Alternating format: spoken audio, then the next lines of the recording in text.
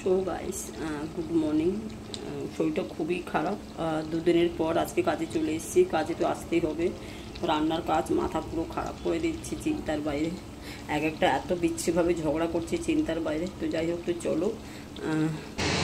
First একটা বাড়িতে হয়ে গেছে যে খুব বাড়িতে ঝগড়া করেছি, তারপর সেকেন্ড বাড়িতে এসে কী রান্না করবে সেটা আমি তোমাদের সঙ্গে শেয়ার করবো। এই শরীর খারাপের অবস্থায় শেয়ার করতে হবে, কিছু করার নেই, কারণ এইভাবে না করলে আমি আমার চ্যানেলগুলোকে চালাতে পারবো না। সেগুলো দেখাচ্ছি কী করে রান্না।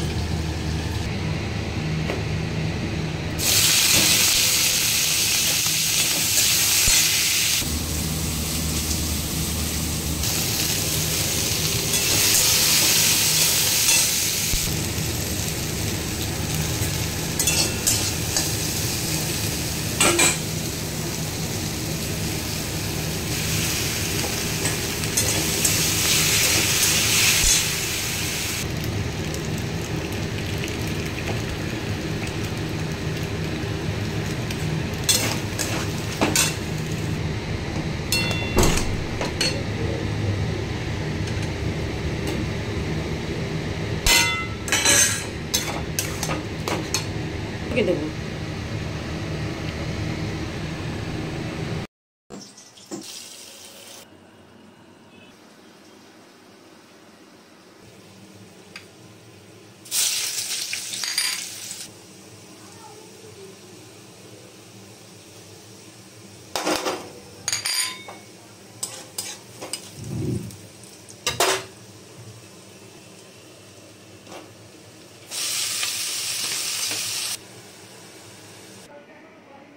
So guys, good evening. তো দেখুন, আমি আপনাদেরকে সবাইকে সবসময় একই কথাই বলি যে আমার একটা কাজের বাড়িতে আছে, ওরা টক ছাড়া খেতে পারে না।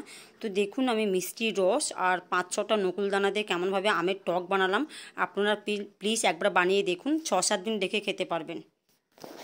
So guys, good morning. তো দেখুন, আমি আজকে পটেটো চিলি নিয়ে চলে এসেছি সকাল সকাল। তো ঠিক যেমন চিলি চিকেন আমরা সবাই বানিয়ে থাকি বাড়িতে, তো ঠিক সেমভাবেই হবে, কোনোভাবে কোনো চেঞ্জ হয় না। কিন্তু জাস্ট দুটো জিনিস আমি অ্যাড করছি, সেটা হচ্ছে সামান্য পরিমাণ হলুদ গুঁড়ো অ্যান্ড কাশ্মীরি মির্চি লঙ্কার গুঁড়ো, তাহলে কালারটা ভীষণভাবে চলে আসে। বাকি তো সবটাই আপনাদেরকে আমি দেখিয়েছি। ময়দা দিয়ে ব্যাটারটা বানিয়েছি, ময়দা, ডিম, ব্ল্যাক পেপার, নুন। তারপরে তো বাকিটা সমস্ত কিছু দেখিয়ে দিচ্ছি কীভাবে বানাতে হবে।